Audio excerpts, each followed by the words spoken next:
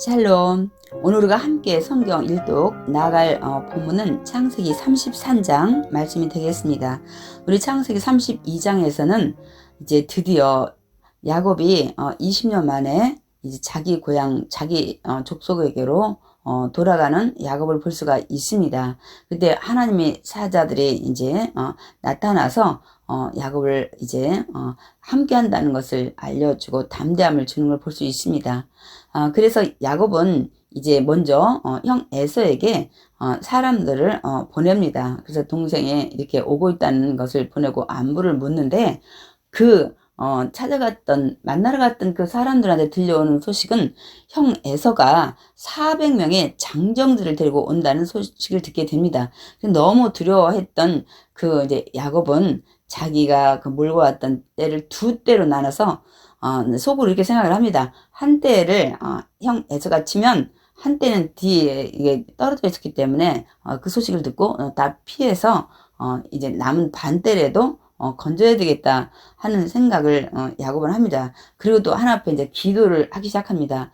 하나님께서 나를 지키시고 보호하신다고 약속하시지 않으셨냐. 그리고 지금까지 주시는데도 너무너무 감사를 하다. 그렇지만 또 하나님께서 저한테 약속하시지 않았냐. 내 후손을 통해서 이 정말 바다에 쉴 수 없는 모래같이 많게 하신다고 약속하셨기 때문에 저를 지켜주셔야만 되지 않겠냐는 기도를 합니다.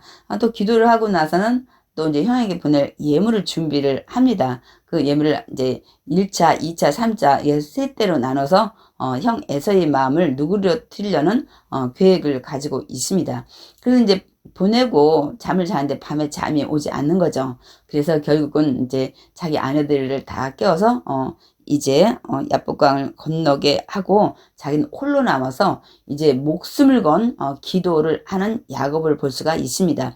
우리가 그 호세아를 통해서 우리가 말씀을 읽어봤지만 정말 울며 간구했다고 그랬어요. 정말 당신이 나를 축복하지 않으면 나는 보내지 못하겠다고 동이 튈 때까지 하나님 사자와 겨루는 야곱을 볼 수가 있습니다.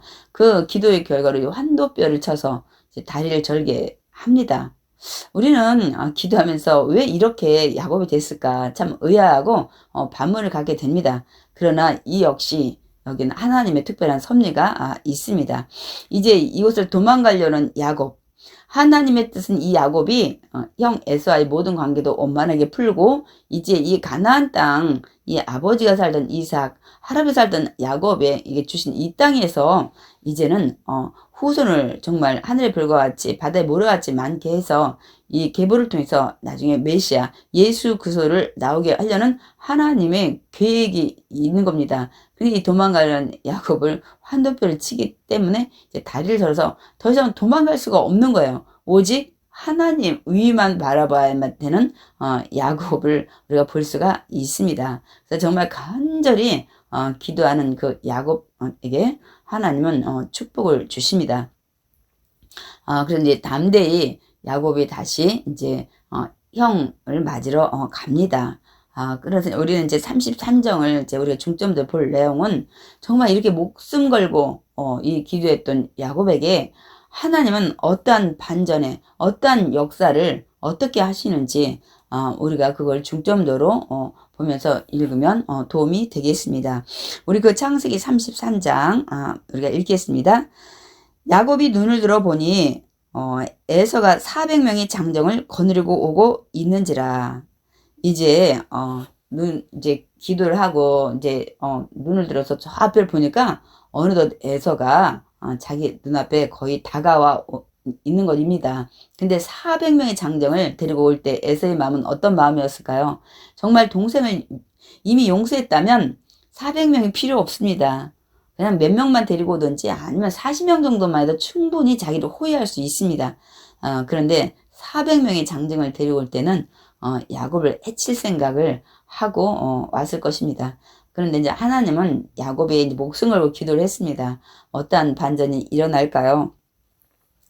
이 야곱이 이제 이렇게 눈을 들어 보니까 에서가 400명의 장정을 이제 거느리고 오고 있는 걸 보고 됩니다. 그래서 이제 그의 자식들을 야곱은 어떻게 해요? 이제 나누어서 레아와 라헬과 두 여종에게 이제 다 각각 자기 자녀들을 맡기고 여종들과 그들의 자식들은 앞에가 두고 레아와 그의 자식들은 그 다음에 두고 그 다음에 라헬과 요셉은 제일 뒤에 두고 사랑하는 순서인 것 같습니다. 그런데 한 가지 달라진 점이 있습니다. 이제 기도를 목숨 걸고 하고 이렇게 정말 울며 간구해서 응답을 받은 야곱은 이제 담대하게 앞에 나가는 것을 볼 수가 있습니다.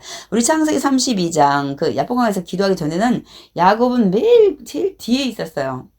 두려우니까 제일 꼴찌에서 자기는 이렇게 이제 갔었는데 이제는 어떻게 합니까? 우리 3절에 보겠습니다. 자기는 그들 앞에서 나아가되 몸을 7번 땅에 굽히며 그의 형 에서에게 가까이 가니. 이제는 제일 앞에 선두에서 가는 야곱을 볼 수가 있습니다. 이제 그 축복받고 응답받은 야곱은 담대히 정말 하나님 날 지켜주실 거라는 그런 믿음으로 제일 앞에 선두에 서서 이제 7번 절을 하면서 형에게 가까이 갑니다. 어떠한 일이 일어날까요? 4절 에서가 달려와서 에서가 막 달려옵니다. 왜요? 야곱을 죽이려고 달려올까요? 아니라 그를 맞아요 안고 목을 어긋맞추어 그와 입맞추고 그리고 서로 안고 우니라. 정말 상상도 한 번도 해보지 않은 이런 일들이 일어난 겁니다. 정말 기적적인 이 반전이 일어난 겁니다. 이건 하나님의 역사이십니다. 하나님께서 이 야곱이 기도할 때 에서의 마음을 다 이미 만지셔서 그 정말 그 악한 마음을 다 이제 녹여주신 것입니다. 그래서 화해의 마음을 주신 것입니다. 서로 정말 안고 한참 울다가 이제는 에서가 눈을 들어서 5절에 여인들과 그 주변에 있는 자식들을 보고 묻되 너와 함께한 이들은 누구냐? 야곱이 이르되 하나님이 주의 종에게 은혜로 주신 자식들이니이다. 네, 야곱의 항상 그 얘기 속에는 하나님이 주셨다는 거예요.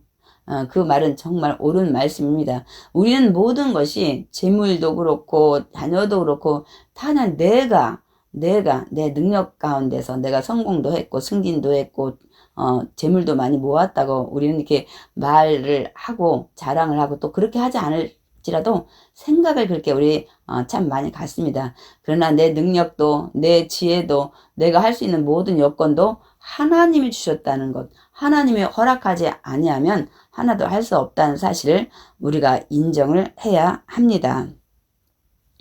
그래서 하나님이 주신 이 자식들이라고 얘기를 합니다. 그때 이미 야곱은 아마 얘기를 해놨을 거예요. 여종들이 그의 자식들과 더불어 나와 절하고 지금 에서는 이들에게 누구입니까? 어떻게 보면 남편의 형이기 때문에 시숙인가요?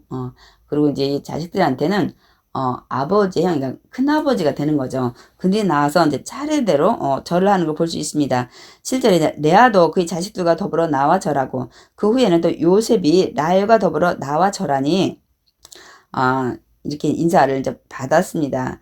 그리고 에서가 또 하나를 묻습니다. 8절 에서가 또 이르되 내가 만난 바 내가 오다가 만났는데 이 모든 때 이 세 때는 무슨 까닭이냐. 내가 물어보니까 누구 것이냐. 그러니까 야곱 것이다. 어디서 오나. 이건 형 에서에게 주는 선물이다. 뒤에도 야곱도 쫓아오고 있다. 이 얘기를 그 세 때를 이끌어가는 사람들한테 이미 다 지시를 했었죠. 그래서 이렇게 세 때를 나를 위해서 선물을 준비했는데 이게 무슨 까닭이냐고 에서가 묻습니다. 그러니까 야곱이 이르되 내 주께 은혜를 입으려 함이니이다. 형한테 용서를 이제 빌고 형의 그 은혜를 잊기 원해서 내가 이렇게 예물을 준비했다고 얘기를 합니다. 그러니까 에서가 뭐라고 얘기를 할까요? 9절 에서가 이르되 내 동생아 내게 있는 것이 족하니 내 소유는 내게 두라. 아니 에서가 동생 야곱도 어렵게 정말 기쁘게 맞아주더니 이제는 예물을 준비한 것도 이제 안 받겠다는 거예요. 이거 나 있는 건 나 많이 있다. 족하니까 이 예물 다 네 소유로 가지라고 얘기를 하는 걸 볼 수가 있습니다. 정말 생각지 못한 일들이 일어납니다. 동생을 용서한 것뿐만 아니라 동생이 준비한 예물까지도 이렇게 거절하는 에서를 볼 수가 있습니다. 우리가 아는 에서는 도저히 이런 이렇게 할 에서가 여러분 아니잖아요. 사실 나중에 이 에서의 후손이 에돔이 되는데 이스라엘 백성이 출애굽할 때 이들이 이제 지나가기를 원했지만 그 길을 지나가지 못하게 하는 에돔 족속을 볼 수 있습니다. 이로 말미암아 이스라엘 백성이 또 원망해가지고 또 이제 불변 물려서 죽는 사건들이 또 일어나게 됩니다. 어쨌든 근데 이 순간만큼은 하나님 에서의 마음을 만지셨다는 것을 우리는 알 수가 있습니다. 그러니까 야곱이 이르되 그렇지 아니하니이다. 내가 형님의 눈앞에서 은혜를 입었사오면 청하건대 내 손에서 이 예물을 받으소서. 내가 형님의 얼굴을 배운즉 하나님의 얼굴을 본 것 같사오며 형님도 나를 기뻐하심이니이다. 무슨 말씀이에요? 형님 그러지 마십시오. 형님이 나에게 정말 용서하시고 사랑을 베푸신다면 이 선물을 꼭 받아주십시오. 이렇게 형님이 나를 따뜻하게 이렇게 반겨주시니 나는 지금 형님의 얼굴 보는 게 하나님 얼굴 보는 것 같이 기쁘다고 이 얘기를 야곱은 하고 있습니다. 근데 야곱이 형에게 이 얘기를 합니다. 하나님이 내게 은혜를 베푸셔가지고 내 소유가 막 좋거니 내 소유 굉장히 많습니다. 그러니까 형님 걱정하지 마시고 청하건대 내가 형님께 드린 예물을 좀 받으시옵소서 하고 그에게 강권함에 받으니라. 강권하게 이게 권하니까 에서는 그냥 이제 이걸 다 받는 것을 볼 수가 있습니다. 줘야 돼요. 이런 에서 또 마음이 언제 변할지 모르니까 야곱은 형의 마음을 너무 잘 알기 때문에 이 예물을 이제 강권해서라도 이제 물질을 받게 합니다. 12절. 그리고 에서가 이제 이게 이제 이 선물을 받고 난 다음에 허락을 한 다음에 뭐라고 얘기를 합니까? 에서가 이르되 우리가 떠나자 내가 너와 동행하리라. 함께 내가 너희를 보호하면서 내가 너를 데리고 가겠다고 얘기를 합니다. 정말 지켜주겠다는 얘기를 하는 겁니다. 이게 지금 상상이나 했던 전혀 하지 못했던 일들이죠. 그러니까 이제 야곱은 형을 20년 전에 형을 압니다. 지금 이제 많이 달라진 여전히 지금 어떻게 이제는 그것을 믿을 수가 없는 거죠. 아직 확신할 수가 없습니다. 그래서 야곱은 13절에 그에게 이르되 내 주도 아시거니와 자식들은 연약하고 내게 있는 양떼와 소가 새끼를 데리고 있은즉 하루만 지나치게 몰면 모든 떼가 죽으리니 청하건대 내 주는 종보다 앞서가서서 나는 앞에 가는 가축과 자식들의 걸음대로 천천히 인도하여 세일로 가서 내 주께 나아가리다. 형님 지금 우리 막 이렇게 열심히 이렇게 걸어왔기 때문에 다 지쳐있다. 계속 또 무리하게 간다면 정말 이런 가축도 다 죽을 수도 있고 우리도 너무 힘들겠다. 그래서 먼저 형님 가십시오. 천천히 우리가 쉬며 가서 형님 이날 세일에 가겠다고 얘기를 합니다. 야곱은 이제 다른 생각을 가지고 있는 것 같습니다. 그래서 이제 에서가 또 이렇게까지 얘기를 합니다. 15절에 그러면 이르되 내가 내 종 몇 사람을 내게 머물게 하리라. 그래서 길을 인도하고 너의 힘든 부분들을 도와주게 하겠다고까지 얘기를 합니다. 정말 갑자기 에서가 천사가 된 것 같아요. 이렇게 도와주겠다 저렇게 도와주겠다 막 정말 야곱은 상상도 못했던 일들이 일어나고 있습니다. 그러나 여전히 야곱은 불안합니다. 그래서 형 에서의 모든 것들 도움을 받지 않고 이제 형 에서를 좀 피하려고 하는 것을 볼 수가 있습니다. 그래서 야곱이 뭐라면 어찌하여 그리야 하리까 나로 내주께 은혜를 얻게 하소서. 정말 형님 이것마다 너무너무 감사합니다. 그러니까 이제 제가 이렇게 이제 스스로 알아서 갈 테니까 걱정하지 말라고 해서 이제 돌아가게 하는 걸 볼 수 있습니다. 그래서 16절 이날에 에서는 세일로 돌아가고 이제 그리고 야곱은 어디로 가냐면 숫곳에 이르러서 자기를 위하여 집을 짓고 그의 가축을 위하여 우리간을 지었으므로 그 땅 이름을 숫곳이라 부르더라. 그래서 이제 여기 이제 움막을 짓는 것을 이제 이 짐승들에서 이제 우리간을 지은 것을 볼 수가 있습니다. 그래서 이제 그곳에서 정말 그동안 지쳤던 또 긴장했던 모든 것들 이제 휴식을 이제 풀고 이제 더 힘을 얻어서 다음에 이제 또 출발을 하는데 이제 야곱은 어디로 가야 돼요? 이제 이 가나안 땅 돌아갈 때 가장 두려웠던 것이 형 에서였었어요. 그러나 정말 야곱이 목숨 걸고 기도하니까 하나님께서 에서의 마음을 만지셔서 이제 이 모든 두려움이 사라졌습니다. 그러면 이제 야곱이 가야 될 곳이 한 곳이 있습니다. 야곱이 이 가나안 땅을 떠날 때 하나님을 만나고 하나님의 축복의 언약을 받고 이제 너와 함께하리라, 너를 지키리라, 너가 모든 일 행하고 돌아올 때까지 내가 너를 함께 보호해 주겠다고 이 약속의 축복을 받고 야곱이 거기서 서원했던 어디로 가야 되나요? 하나님을 만났던 베델로 가야 됩니다.